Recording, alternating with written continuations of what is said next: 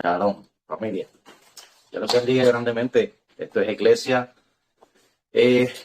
Houston.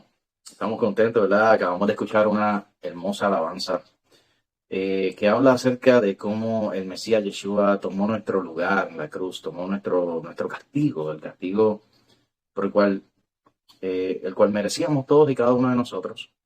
Pero Él tomó nuestro lugar, el justo, pagó el precio, el pecado de los injustos, de los impíos. Y la palabra de Dios dice, ¿verdad?, que en esa forma, en esa manera es que Dios ha expresado su amor, en que aún nosotros, siendo enemigos suyos, el Mesías Yeshua murió por nosotros. Así que, y mientras escuchaba esa alabanza, vino a mi mente un verso y quise buscarlo y compartirlo. Este verso se encuentra en Tito 2, verso 11 al 13. Y le agradezco a mi hermano Javier que me llamó la atención hace tiempo atrás a este verso, porque este verso define en palabras bíblicas lo que es la gracia.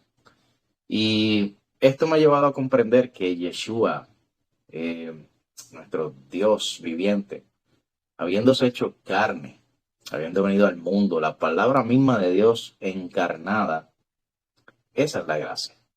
Mire, porque la gracia de Adonai se ha manifestado para salvación a todos los hombres. Yeshua se ha manifestado para salvación a todos los hombres, enseñándonos, o sea que la gracia nos enseña algo, enseñándonos que renunciando a la impiedad y a los deseos mundanos, vivamos en este siglo sobria, justa y piadosamente, aguardando la esperanza bienaventurada y la manifestación gloriosa de nuestro gran Adón, nuestro gran Dios y Salvador, Yeshua HaMashiach. Bueno, tremendo.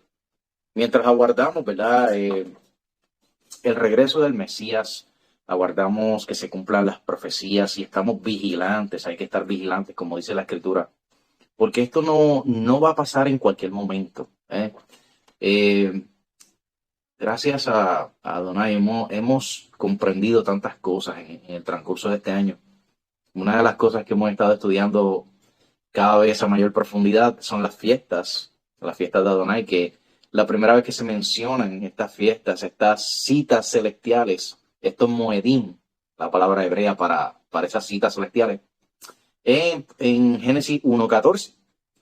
Ayer mi hermano René y yo hablábamos de ese asunto con una alegría tremenda, ¿verdad? Porque solamente Adonai nos permite ver estas cosas y son de tal importancia que trascienden nuestra comprensión, son proféticas, todas y cada una tienen que ver con Adonai. Por eso, celebraciones que el mundo ha propuesto y que el mundo ha adoptado, tales como Navidad, Año Nuevo, San Valentín y otras más, son cosas que el mundo propuso y que el mundo adoptó. Pero los hijos de Dios deben entender que Adonai ha propuesto sus propias fechas y todas son proféticas. El Mesías no nació en diciembre, el Mesías nació durante la fiesta de las cabañas, Sukkot. Um, También murió durante la Pascua hebrea, que se celebra bíblicamente durante el mes de Abib, que es el primer mes cabeza del año, ¿ok? El primer mes del año, según nos dice las escrituras. Y hoy vamos, ¿verdad? No me voy a centrar en las fiestas, pero quería comentar acerca de eso. Hoy tenemos un mensaje titulado El criminal en la cruz. Pero como siempre vamos a comenzar con el pie derecho, ¿verdad? Vamos a hacer una breve oración, pidiéndole al Padre que nos guíe y nos ayude. Padre Santo, Dios amado, Dios del cielo, ante ti venimos, Señor, te damos gracias, Padre, porque tú nos instruyes, tú nos guardas, Señor. En ti estamos en tus manos, Señor, en este día, Padre Santo. Bendice tú, Señor, cada una de las obras que estamos haciendo, Señor, porque las hacemos, Señor, en tu nombre y las hacemos con un propósito eterno, Dios. Padre Santo, te pedimos, Señor, que tú bendigas a cada uno de los hermanos presentes que están escuchando y todos los que escucharán a través de estas grabaciones, Padre. Oh, Padre Santo, que sea tu nombre exaltado en este día y no la voz humana. Lo pido para la gloria de tu nombre, en el nombre de Yeshua, el Mesías. Amén. Bueno, ¿Verdad? Me gustaría, si es posible, si es posible que los hermanos que están presentes, que saludaran. Si pudieran saludar sería tremendo, ¿verdad? Para, para los oyentes, no todos a la vez. Shalom a todos. Shalom, hermano. Por ahí anda Javier, de Puerto Rico. Andan tímidos hoy. Le tomaron miedo a la cámara. Shalom, Ok, shalom a ok. todos.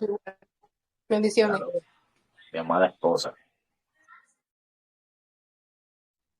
Por ahí anda también, creo que el hermano René. René anda desconectado, anda con un poco de problema técnico. Ok. Y Samuel, creo que anda descansando, tiene que trabajar en la noche. Así que, pero, ¿verdad? Y a todos los hermanos, Johnny, Marielena, eh, Silvia, y todos los demás que forman parte de este grupo, ¿verdad? Forman parte también del cuerpo del Mesías. Les enviamos un grande saludo, un fuerte abrazo en el amor del Mesías Yeshua. Hoy, como les dije, tenemos un mensaje titulado El criminal en la cruz. ¿Verdad? Y vamos a comenzar por el Gólgota, ¿verdad? Porque Yeshua estaba siendo llevado camino al Gólgota y iba a son de azote, lamentablemente. Pero estaba escrito que así tenía que ser, ¿verdad? Y eso fue un día 14 de Abib, como les comenté antes, ¿no? Cabeza de los meses, se celebraba la Pascua. Eh, al atardecer, entre la tarde del 14 y el 15, se celebra la Pascua. Así que el primer mes del año, ordenado por Adonai, ¿verdad? En Éxodo 12:2, ahí es donde usted puede encontrar que Abib es el cabeza de los meses. Y mientras lo llevaban a son de golpes, a son de injurias, escupitajos, y como vimos también en el video que estuvimos, ¿verdad? La alabanza que estuvimos viendo anteriormente, detrás de él, ¿verdad? Y lo blasfemaban, wow. Había mujeres que iban detrás de él llorando. Y hay algo interesante que sucede, y es que Yeshua se gira, ¿no? Y porque en ese instante habían puesto un hombre a ayudar a Yeshua con su cruz. Y Yeshua, aprovechando que él no está cargando la cruz en ese instante, se torna, se gira hacia estas mujeres que están llorando y les dice algo que lo podemos encontrar en el Evangelio de Lucas, capítulo 23, versos 28 al 30. Y dice, él les dijo: hijas de Jerusalén, no lloren por mí, lloren por ustedes mismas y por sus hijos. Verso 29, porque el tiempo vendrá cuando la gente dirá: las mujeres sin hijos son las dichosas, aquellas cuyos vientres nunca han tenido hijos, cuyos pechos nunca han amamantado criaturas. Entonces comenzarán a decir a las montañas: caigan sobre nosotras, y a los montes cúbranos. Wow, aquí vamos a empezar con algo bien interesante, ¿verdad? Porque cuando vemos este lenguaje que usa Yeshua hacia estas mujeres: lloren por ustedes mismas, porque va a llegar ese tiempo en que van a decir que son dichosas las que no tienen hijos. Uno se queda como que, ¿de qué está hablando?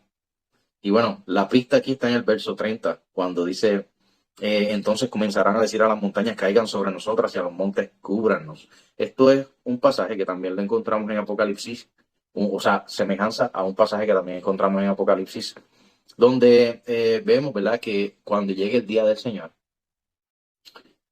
todos los ricos, los poderosos, los esclavos libres, todos se van a esconder en las cuevas de la tierra, porque van a decir, le van a decir a los montes: caigan sobre nosotros, cúbranos, porque ha llegado el día de la ira del Dios Todopoderoso. Así que precisamente de eso estaba hablando de Yeshua. Le estaba diciendo a estas mujeres: no lloren por mí, lloren por ustedes, porque va a venir ese día de la ira. Y eso me intrigó tanto el ver ese pasaje, ¿verdad? Pero también está el verso 31, y el verso 31 me causó más intriga todavía, y me puso a pensar y a pensar, y lo tuve que buscar en varias versiones. Y escuchen cómo dice el verso 31. Yo lo tomé de una, ¿verdad?, de una versión, se llama Nueva Traducción Viviente, porque encontré una nota en esa versión que fue lo más grande, ¿verdad?, en este pasaje. El pasaje dice así, dice: pues si estas cosas suceden cuando el árbol está verde, ¿qué pasará cuando esté seco? Y yo, mucha gente, ¿verdad? Yo he escuchado ese pasaje antes, pero nunca lo había comprendido, no, como que no le encontraba qué quería decir.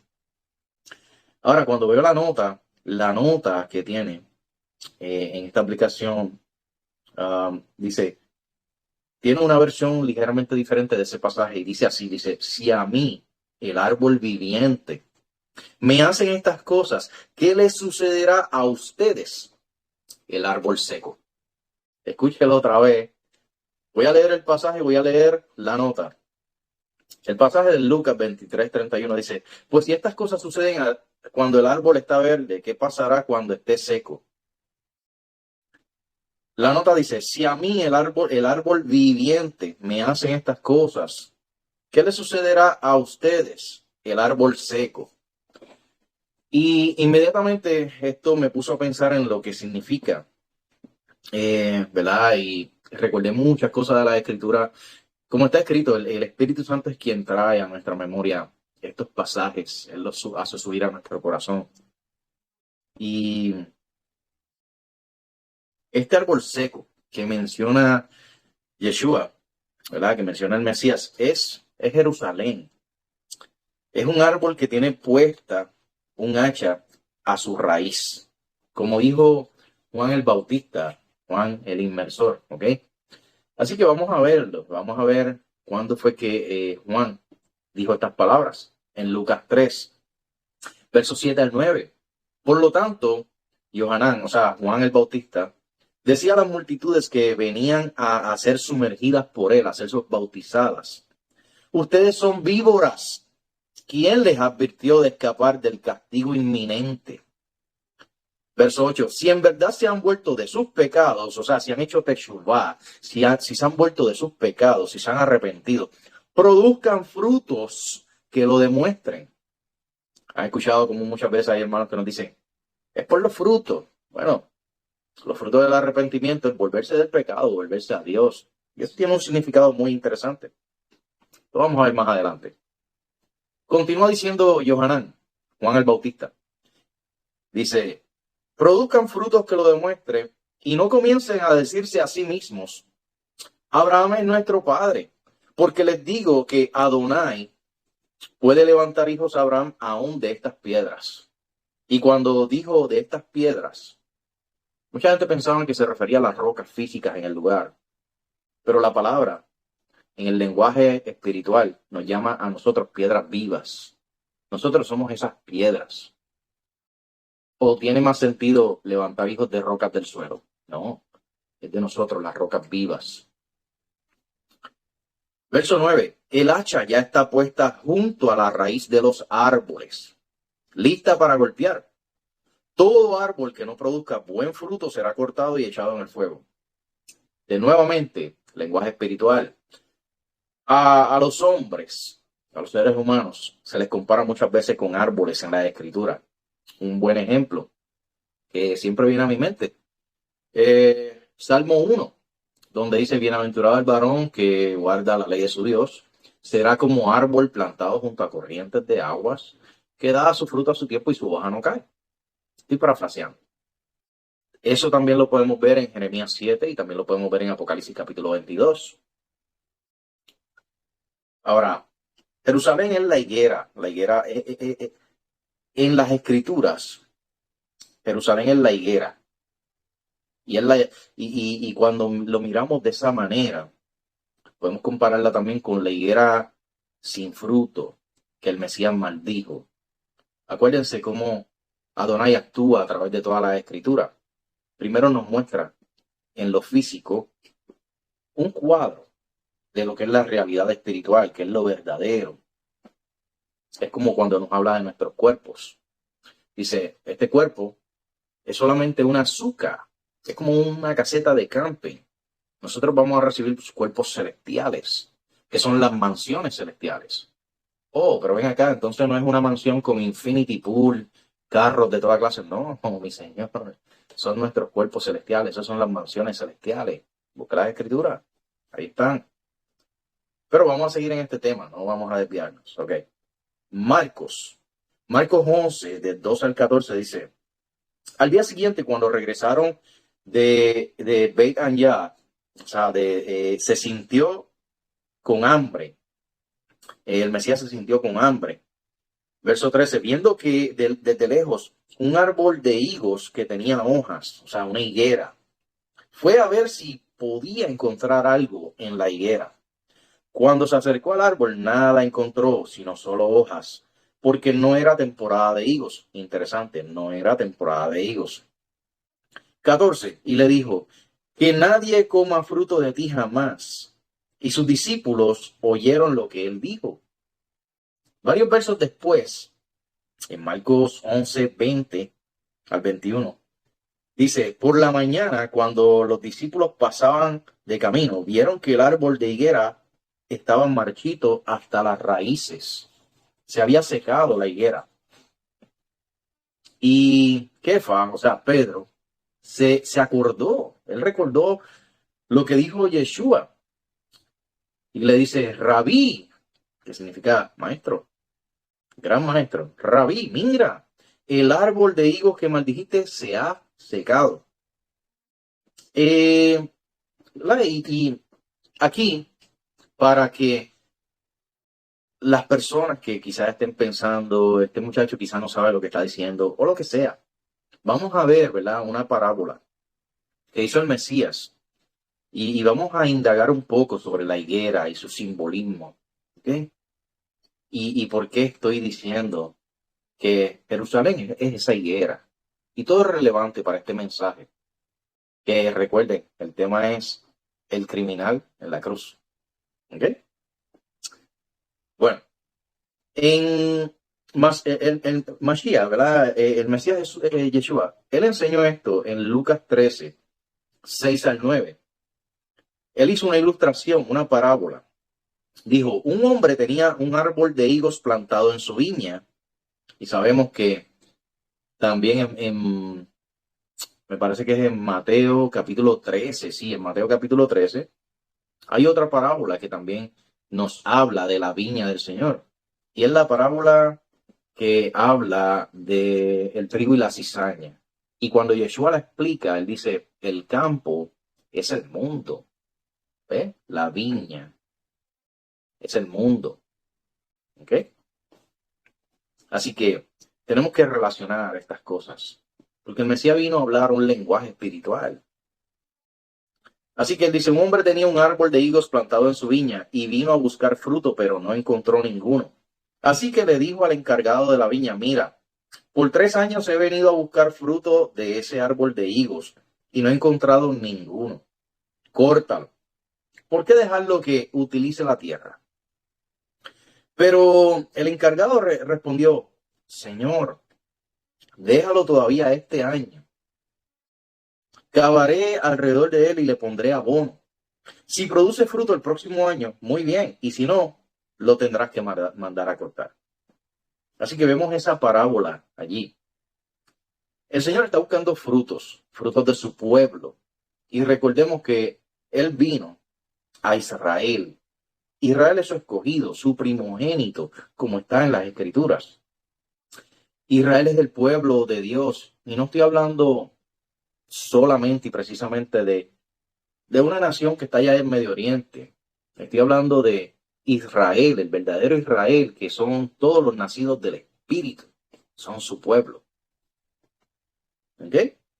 Y no es que haya más de un Israel, hay solo un Israel, quiero aclarar eso. ¿Ok? Ahora, hay 44 versos que mencionan la higuera. No los vamos a leer todos aquí, no. Nada más quiero dar ese detalle. Hay 44 versos que mencionan la higuera. Algunos creen que, y esto, ¿verdad? Es lo que hay personas que creen esto. No estoy diciendo que creemos esto aquí. Es un dato interesante que encontré. Algunos creen que el árbol del conocimiento del bien y del mal, del que Eva arrancó el fruto prohibido, era precisamente una higuera. Pero eso es solamente un detalle. Como dije, no es algo que creamos aquí, es un detalle que encontré. Y me pareció algo curioso. Para muchos historiadores, lo que es emblemático cuando se habla del pecado original y de la expulsión del Edén es que el misterioso fruto que Eva agarró por invitación de la serpiente y que luego también ofreció a Adán fue un higo. Y lo que ellos tienen como prueba, ¿verdad? ¿Cuál es la prueba de eso? Lo que ellos tienen como prueba de eso es que una vez abrieron los ojos, ellos se cubrieron con hojas de higo. Me pareció curioso. Pero nuevamente, no es eso lo que creemos aquí, ¿verdad? Explico. El árbol era un árbol que tenía un fruto del conocimiento del bien y del mal. ¿Cómo alguien come conocimiento con la boca? Más bien uno adquiere conocimiento a través de los oídos y de la vista. Um, Interesante, es algo en lo que pensar, ¿no? Ahora, um, se infiere, ¿verdad? Que así que habían utilizado las hojas del árbol del que habían recogido fruto. La higuera era un árbol muy frecuente en la tierra de Israel y fue valorado desde los primeros tiempos por todos los pueblos antiguos. Los egipcios, los asirios, los griegos lo consideraban una fuente bien importante de alimento, tanto fresco como seco. Y en esas tierras que son desérticas, áridas, la higuera, además de ofrecer fruto, también daba sombras. Daba unas sombras, hacía, donde había mucha higuera, se sentía ese fresco de la brisa, ¿no? No sé si a ustedes les pasa, a mí me gusta mucho, ¿verdad? En ocasiones al levantarme, ir al patio de mi casa, sentarme cerca de los árboles, en una sillita, en una sombra, sentir la brisa.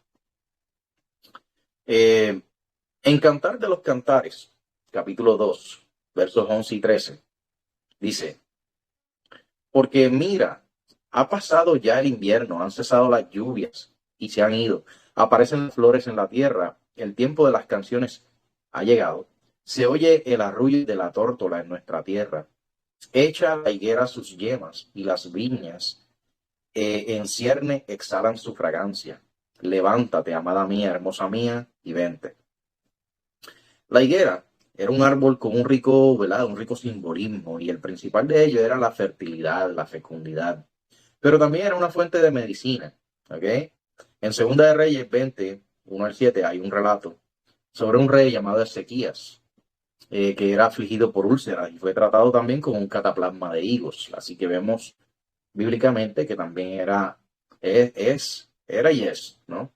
Medicinal. Y al ser tratado, pues se curó. La higuera es usada como un símbolo de muchas cosas, pero en Mateo 21, 17 al 22 y en Marcos 11, 2 al 24, vemos que Yeshua maldice y hace que se seque una higuera que es rica en hojas verdes, pero carece de frutos. Entonces, es un milagro que tiene un fuerte simbolismo. Y es lo que vengo tratando de transmitir, ¿no? Hay un simbolismo fuerte ahí. Aunque la maldición de Yeshua a la higuera sea una acción que puede parecer inconsistente con sus acciones, ¿verdad? Ya que todo el tiempo Mesías estaba haciendo milagros, sanando, levantando, y de momento viene y maldice un árbol para que se seque. Y me imagino los discípulos dicen: ¿What? ¿Qué pasó? Eh, y es que esto nos debe llamar la atención. Esto Mesías lo hizo para llamarnos la atención, ¿ok? Porque es importante. Eh, por cierto, ¿verdad? Ni siquiera era tiempo de higos, como leímos en el pasaje. Ahora, en realidad es una parábola basada en símbolos. La higuera representa la ciudad de Jerusalén, que no responde a Yeshua en especie, ¿no? La higuera es fructífera por naturaleza. Su especie, la especie de higos, esa especie de planta, eso es lo que hace, producir frutos aún en tierra árida. Y eso es lo que el simbolismo de esta parábola nos transmite, que al no producir frutos la higuera es castigada, es maldita, recibe un castigo divino.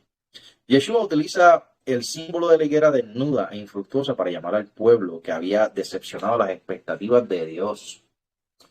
¿Y cuáles son las expectativas del Señor, verdad? Sino es que todos los hombres vengan al arrepentimiento. Al principio mencionamos, ¿verdad?, que íbamos a explicar algo acerca de los frutos. Pablo, él enlista frutos del Espíritu, pero entienda, ¿verdad? Si usted lo ve el lenguaje simbólico espiritual, usted se ve como un árbol del Señor. El árbol no puede producir frutos por sí solo, ¿ok? O más bien dicho, si usted se ve como una rama de olivo, esa es otra manera en que nos compara la palabra. Somos ramas de olivos injertadas en el buen olivo y disfrutamos de la rica savia de la raíz. Y la raíz es el Mesías, el Yeshua. ¿Ok? Entonces, disfrutamos de su rica savia. Ahora, fuera de él, nada podemos hacer. La rama que es arrancada, ¿qué pasa? Se seca, se muere. ¿Y para qué sirve? Para leña, para ser quemada. Ahora, vemos que el Mesías mismo nos dijo que no podemos producir fruto fuera de él. ¿Qué significa eso? A través de las Escrituras, muchos pasajes nos indican que debemos llevar una vida como el Mesías la llevó. ¿Por qué? Porque Él vino a señalarnos el camino a la salvación.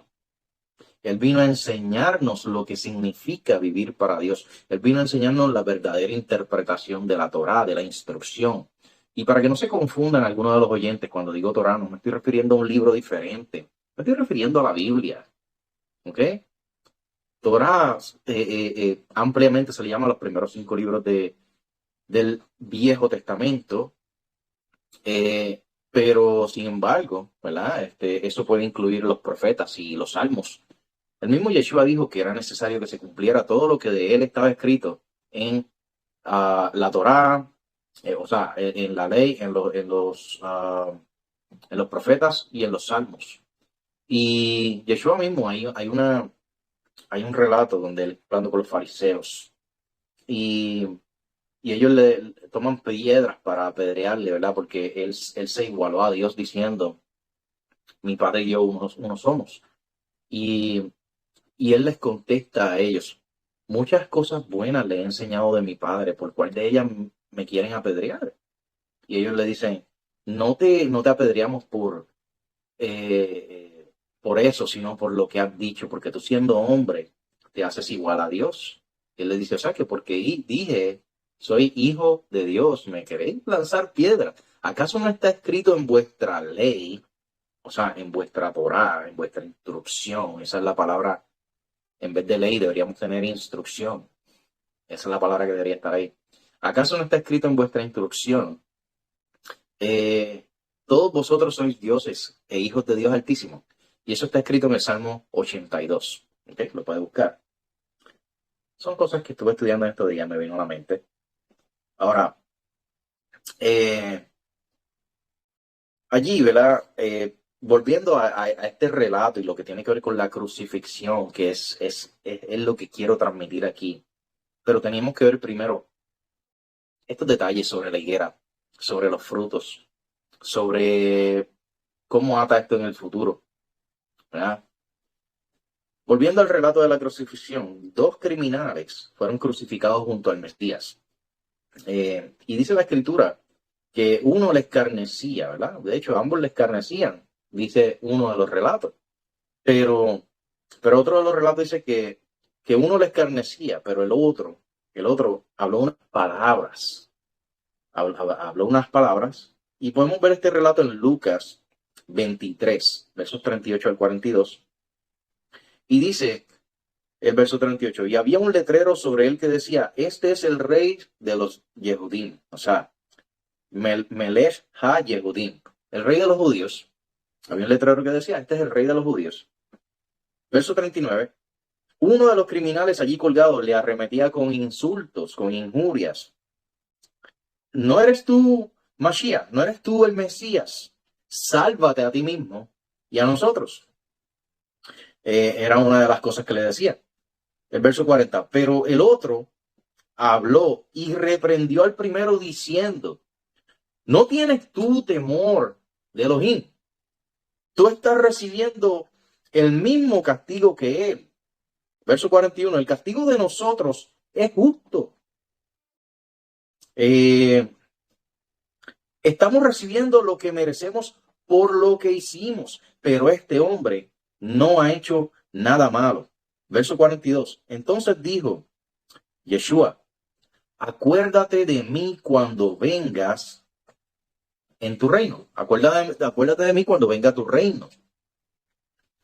Y muchos, ¿verdad? Muchos de nosotros conocemos este relato, lo hemos repasado muchas veces, y es debido al verso 43, el verso que le sigue, ¿ok? Porque el Mesías le hace una promesa a este criminal. Le promete que él que estaría con él en el paraíso, que este criminal iba a estar con él en el paraíso. Y esto lo tomamos como un ejemplo de la gracia divina, y lo es, y lo es. Pero tenemos que meticulosamente analizar qué es lo que hay allí, qué es lo que está pasando allí. Este pasaje es polémico, para comenzar es súper polémico, por el hecho de que es algo que aparenta haberse perdido algo en la traducción. Es la primera polémica. Según el texto griego, Yeshua literalmente dijo, y lo voy a leer en el griego, voy a intentarlo. Bueno, esperemos que me salga más o menos bien. Amén soy lego, semeron med emou ese ento paradeiso. Esto es, de cierto te digo, hoy conmigo estarás en el paraíso. Hagamos una pausa aquí. ¿Qué es lo que pasa con el griego? Igual que en el hebreo, no hay signos de puntuación. Así que dijo, de cierto te digo, hoy conmigo estarás en el paraíso. La conjunción que, o sea, la palabra que ha sido introducida en muchas de nuestras versiones, que dice, que es lo que hace que este pasaje diga, de cierto te digo que hoy estarás conmigo en el paraíso. Esa palabra que, la conjunción que, no está allí. Fue algo que los traductores pusieron porque lo entendieron de esa manera. Pero en el griego original, ¿cuáles son las palabras que está allí? Dice, de cierto te digo, hoy conmigo estarás en el paraíso. Entonces, al no haber signos de puntuación y al no estar la conjunción, esa palabra que allí, sino que fue introducida, tenemos dos posibles traducciones. Allí se dijo, te digo hoy, estarás conmigo en el paraíso, o te digo que hoy estarás conmigo en el paraíso. Son dos cosas diferentes. Ahora, si tomamos lo que dice en el griego originalmente, esa palabra que no está. Así que yo personalmente me inclino por esta versión que dice, te digo hoy estarás conmigo en el paraíso, ya que el Mesías, al morir en la cruz ese día, no ascendió al paraíso ese día. Porque vemos en los relatos bíblicos que varios días después, unas mujeres lo van a tocar cuando ya ha resucitado. Y él dice, no me toquen, todavía no he ascendido a mi Padre. ¿Qué está pasando aquí? Right? Bueno, tenemos que poner todas las cosas en su lugar. Quería mencionar esto, es importante, porque muchas personas no comprenden, ¿verdad? Y no desean escuchar qué es lo que está pasando allí porque afecta la versión que ellos entienden. Y esto no se trata de la versión que usted entiende o la que yo entienda, se trata de la versión que está escrita. ¿Qué es lo que dice la palabra? ¿Ok? Así que no estoy tratando de defender lo que yo entiendo, estoy tratando de defender lo que dice. Lo que dice. Ok. En la crucifixión vemos ambas cosas. La falta de fruto y también el fruto anhelado. El fruto que busca Adonai. Vemos a un criminal no arrepentido que continúa moviendo su puño contra el cielo al injuriar al justo, Yeshua, que padecía el mismo castigo que él, pero sin merecerlo. Mientras que había otro criminal igual de culpable, este último sí reconoció su culpa, la reconoció. Y la justa retribución que estaba recibiendo por su pecado, él dice, nosotros merecemos este castigo por lo que hicimos. Este criminal miró a su lado y vio al justo, que aún desde la cruz oraba y pedía por los injustos, por lo que le estaban matando en ese instante. Este criminal, mirando hacia su lado, defendió la causa de este justo. ¡Wow! Cuando yo entendí eso, yo dije, Señor, eso es lo que Adonai nos pide a través de sus mandamientos, ¿verdad? Una de las cosas que nos pide es que defendamos la causa del justo, del pobre, del que está atribulado, del que está en problemas, del que injustamente está recibiendo un castigo, que lo defendamos. O sea, eso es guardar el mandamiento. Defendió la causa del justo, del que es oprimido sin motivo. Este criminal reconoció a Yeshua como Mesías, porque le dice, acuérdate de mí cuando vengas en tu reino. Así que hizo una confesión de que Yeshua era quien decía ser. Hizo confesión de que estaba recibiendo un castigo que merecía. Eso se llama Teshuvah, reconocer en tu corazón que tú estás mal. Y al defender la causa del justo, eso es un giro de 180 grados, de ir en dirección de perdición, ir directamente al infierno, el camino al infierno, en una vida de pecado contraria a la Torá, contraria a la ley, contraria a los mandamientos de Dios, y girar y comenzar a caminar en Torá. Eso fue lo que transcurrió allí en la cruz. Hay que analizar esto a detalle. Eso fue lo que hizo este criminal. Dio un giro de 180 grados allí mismo en la cruz. ¿Ok? Y Yeshua, ¿verdad? En el verso 42 dio una contestación. Esa contestación, hoy, de cierto te digo, hoy, estarás conmigo en el paraíso. No le prometió que ese día iba a estar en el paraíso con él, le prometió ese día que estaría con él en el paraíso. ¿No tiene mayor sentido eso? Podemos decir que este fue un árbol que dio fruto tardío, pero dio fruto. Dio fruto al final de su vida, en el último instante, pero dio fruto. Y el Señor, Él tiene misericordia de quien Él quiere tener misericordia. Eso está escrito. Está en la Torá. Pablo lo cita en el libro de Romanos.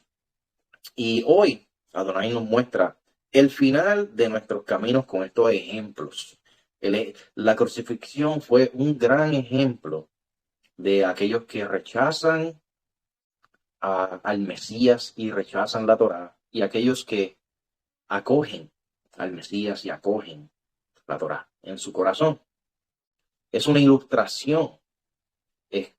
Me hace recordar a esa ilustración que está en Mateo capítulo 24, que dice en aquel día, hablando del día del Señor, en aquel día seremos divididos, ¿no? Entre corderos y cabritos, ¿verdad? Y los corderos son esos benditos del Señor, a quienes el Señor le dirá que hicieron todas esas cosas buenas porque me vieron desnudo y me vistieron, me dieron hambriento y me dieron de comer, me dieron sediento y me dieron de beber. Y ellos dirán, Señor, ¿cuándo hicimos eso? Si lo hicieron a uno de estos más pequeños, me lo hicieron también a mí. Y a los cabritos le dice todo lo contrario. Me vieron sediento y no me dieron de beber, me dieron hambriento y no me dieron de comer. ¿Por qué? Porque está escrito en la Torá que debemos de ser justos, que debemos de ser benevolentes hacia los necesitados.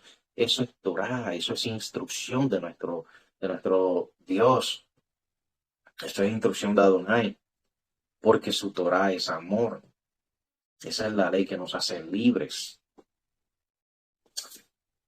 Por un lado tenemos a Jerusalén, prenda y joya del Altísimo, de la cual se esperaba una gran cosecha de frutos de justicia, y cómo sufre la maldición por causa del camino que escogió. Y por otro lado, a través de un criminal arrepentido, nos demuestra su benevolencia para con los que se devuelven de sus malos caminos, y las grandes misericordias que está dispuesto a realizar con aquellos que reconocen al Rey de Reyes con un corazón humilde, con un corazón agradecido, con un corazón sencillo, como los niños que escuchan y dicen, sí, papi, sí, mami, voy a hacer lo que tú dices. Hoy esa es la invitación que nos debe transmitir este mensaje. Adonai nos está llamando una vez más a volver, a tornar al Mesías y a la Torá, su instrucción Kadosh, su santa instrucción. Ese es el mensaje que Adonai puso en mi corazón para compartir con mis hermanos y compartir con todos ustedes los oyentes. Así que me gustaría escuchar si alguno de mis hermanos tiene algún pasaje que el Espíritu Santo le haya hecho subir a su corazón. Si hay alguno que quiera compartir algo, será muy bienvenido en este momento, ¿verdad? Antes de finalizar con este mensaje. ¿Alguien quiere aportar algo? Sammy, muy rapidito, ¿verdad? Con relación al tema que tú estabas hablando, que me llama mucho la atención, y fue el hecho de cuando el Mesías estaba hablando con los escribas y los fariseos, con relación a las cargas que le daban ellos al pueblo, invalidando lo más importante de la Torá, de la instrucción, de la ley de Dios, que es la justicia, la misericordia y la fe. ¿Por qué hago alusión a esto, verdad? Porque muy bien lo abordaste en el estudio y es algo que no se puede ver separado, porque es algo que fue dado desde antes del comienzo de la creación y Dios lo ha mantenido y lo mantendrá, porque esa es su instrucción, esa es su ley y eso es lo más importante. Y era lo que invalidaban los fariseos por mandamientos de hombres, superponiéndolos a los mandamientos de Dios. Entonces, es algo que hay que tenerlo presente, y muy bien lo tocaste en el estudio, como te explicaste, la justicia que hizo uno de los que estaban en la crucifixión, reconoció al Mesías, hizo justicia, guardó la Torá, ¿verdad? O sea, porque hizo qué cosa, misericordia y la fe en él. O sea, que ahí se ponen de manifiesto los tres elementos más importantes de la instrucción. O sea, que es un ejemplo Amén. en el cual se puede manifestar perfectamente lo que el Mesías, eso lo pueden ver, eso está en Mateo, no recuerdo el versículo específicamente, pero se puede ver en Mateo y ahí se pone de manifiesto lo que el Mesías le decía a los fariseos. Era el punto que quería agregar, mi hermano. Muy buen estudio para la gloria de papá, y de verdad que exhorto a todos los hermanos, a los que aún no han visto esta grabación y a los que la pueden ver, ¿verdad? Que la escudriñen y que no se guíen por las palabras de nosotros, porque todo está en las escrituras, porque aquí no hablamos nuestras palabras, porque no buscamos nuestra gloria, sino la gloria de papá. Gracias, mi hermano. Gracias, hermano René, tremendo, aleluya. Mateo 23:23, eso está escrito en Mateo 23:23, cuando le dice, ay de vosotros escribas y fariseos hipócritas, porque diezmáis la menta y el eneldo y el comino, y dejáis lo más importante de la ley, de la Torá, la instrucción, que son la justicia, la misericordia y la fe. Esto era necesario hacer sin dejar de hacer aquello. Y me gustaría añadir, René, que está escrito a la Torá de nuestro Abba Kadosh, a nuestro Padre Santo. No se le debe añadir, no se le debe quitar. Ellos le añadían, tú bien lo dijiste. Ellos le añadían, le ponían por encima las tradiciones de los ancianos, añadiendo, ¿no? Invalidando el mandamiento. Entonces, eso es bien importante, llamar la atención. ¿Alguien más quiere comentar algo? Sí, voy a comentar algo rapidito, que ya llega aquí el trabajo, con todo respeto a los que escuchan, ¿verdad? Muy bueno, Sammy, por la gloria del Señor, ¿verdad? Vino un pensamiento, vino un versículo a mi mente cuando estabas hablando este asunto, porque mucha gente puede asumir que el ladrón no hacía Torah, no hacía nada de eso, ¿verdad? Porque asumen que no hay que hacer nada. Exacto. Posiblemente seguía Torah y estaba apartado, porque estamos hablando de una cultura que ellos conocían muy bien todo esto, ¿verdad? Correcto. Vemos mujeres adúlteras, vemos de cuántas cosas hay, y el Señor le decía que se arrepintieran y no pegaran más, porque ellos sabían qué era lo que era el pecado. Ahora, en Ezequiel 18:21, voy a dar un verso que dice, mas si el impío se apartare de todos sus pecados que hizo, y guardare todos mis estatutos y hiciere según el derecho, y la justicia, de cierto vivirá, no morirá. Amén. La persona cuando se arrepiente, ¿verdad? Como lo hizo él en la cruz, como hizo el ladrón, pues va a vivir. Aunque muera ese día, va a vivir. Amén. So, nada, quería aportar ese poco, ¿verdad? Pero muy, muy bueno el estudio, excelente. Gracias, Javier, por la aportación, tremendo, muy, muy tremendo. Am, Estoy buscando algo aquí, ¿verdad? Porque me hiciste acordarme de algo. Y es que eso que tú mencionas, ¿no? En Ezequiel, ¿no? Me mencionaste en Ezequiel. Eso, 18. y lo estuve, y fíjate, estuve leyendo ayer, eso está en Ezequiel capítulo 18, donde dice, ¿verdad? Que el impío, que se aparte de su camino pecaminoso y comienza a hacer justicia, vivirá. Esta es escritura, esto está escrito en los profetas, está escrito en la Torá, es el camino que Yeshua nos enseñó, así como la definición de gracia, que está en Tito 2.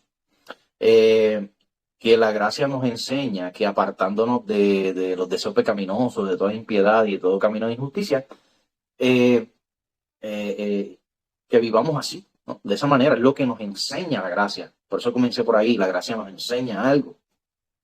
Y la gracia vino a través del Mesías. El Mesías vino a mostrarnos el camino, el verdadero camino, porque tanto los fariseos andaban perdidos, ellos andaban pues, guardando su propia Torah, su propia instrucción, que ellos la tienen oralmente, ya la tienen escrita.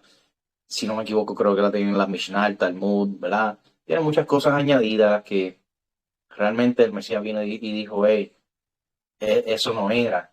Aquí lo que hay que hacer es lo que Dios mandó, lo que el Padre mandó. Eso es lo que hay que hacer. Por eso el joven rico le dice, ¿qué debo hacer para alcanzar la vida eterna? Y Yeshua le dice, bueno, guarda los mandamientos. ¿Cuáles? ¿Cuáles? Y Yeshua le hace una lista, ¿no? De esos mandamientos que ya conocemos, ¿no? De la segunda tabla, porque hay dos tablas, ¿no? Me gusta verlo de esta manera. La primera tabla contiene esos mandamientos que tienen que ver con Adonai y la otra tabla los mandamientos que tienen que ver con nuestro prójimo. Por lo menos así, ¿verdad? Lo visualizo yo. No estoy diciendo que estén así mismo. Bueno, yo no he visto las tablas, nadie las ha visto, que yo sepa, así que... Pero eso que mencionaste de Ezequiel, también, ¿verdad? Allí mismo en Ezequiel está escrito que si un justo se aparta de su camino de justicia, o sea, deja de practicar justicia, porque el justo es como el pelotero, ¿eh? El pelotero juega pelota, el baloncelista juega baloncesto, el golfista juega golf y el justo hace justicia. Es tan sencillo como eso. Entonces, ¿qué pasa cuando un justo se aparta de su justicia? Bueno, que ya no se recordarán sus actos de justicia y no vivirá. Lo dice en Ezequiel. Y eso va directamente relacionado con Mateo 7:21. Les voy a leer aquí bien rapidito, 3 versículos. No todo el que me llama Señor, Señor entrará en el reino del cielo. Solo entrarán aquellos que verdaderamente hacen la voluntad de mi Padre que está en el cielo. Pregúntese, ¿cuál es la voluntad del Padre? ¿Que usted no guarde Torah? ¿Esa es la voluntad del Padre? Bueno, hay que preguntarse eso. El día del juicio muchos me dirán, Señor, Señor, profetizamos en tu nombre, expulsamos demonios en tu nombre e hicimos muchos milagros en tu nombre. O sea, este verso nos indica quiénes son los que están viniendo a donde Yeshua a decirle, Señor, Señor, ¿verdad? ¿Quiénes son? ¿Son ateos? ¿Son paganos? ¿Son de otra religión? No, son parte de su pueblo, son personas, son creyentes que profetizaron en su nombre, que expulsaron demonios en su nombre, que hicieron milagros en su nombre, porque en su nombre se hacen milagros, en su nombre se expulsan demonios, en su nombre se hacen muchas, muchas cosas. Pero el verso 23 dice, pero yo les responderé, nunca los conocí, aléjense de mí, ustedes que, y me gusta como lo dice en la versión NTV, en Nueva Traducción Viviente, dice, porque lo dice bien claro, aléjense de mí ustedes que violan las leyes de Dios. Otras versiones dice, ustedes que hacen iniquidad, la palabra iniquidad es anomia en el griego y significa violación de ley. Otras dicen hacedores de maldad, anomia también es maldad, iniquidad es maldad, son sinónimos. Así que eso es lo que está diciendo allí. Y para que no digan que me lo inventé, miren, ahí lo pueden ver, deje ver si, bueno, quizás la lámpara no lo permita ver, ¿verdad? Pero está escrito ahí. Ustedes que violan la ley, ¿ok? Bueno, este es mi teléfono viejo, así que pues tiene la pantalla así feita. Bueno, ¿alguien más quiere comentar algo? acerca del estudio de hoy. Bueno, le damos gracias a Adonai, ¿verdad? Por el tiempo que nos ha permitido compartir juntos. Le doy muchas gracias a todos ustedes, ¿verdad? Y antes de pasar, ¿verdad?, a un momento de oración, quiero decirle a todos los oyentes que nos pueden escuchar. Somos Iglesia Houston. Estamos en Facebook, estamos aquí en Telegram. Estamos también a través de nuestro canal Iglesia Houston en YouTube y en Spotify. Así que estén pendientes a todo lo que estamos sacando.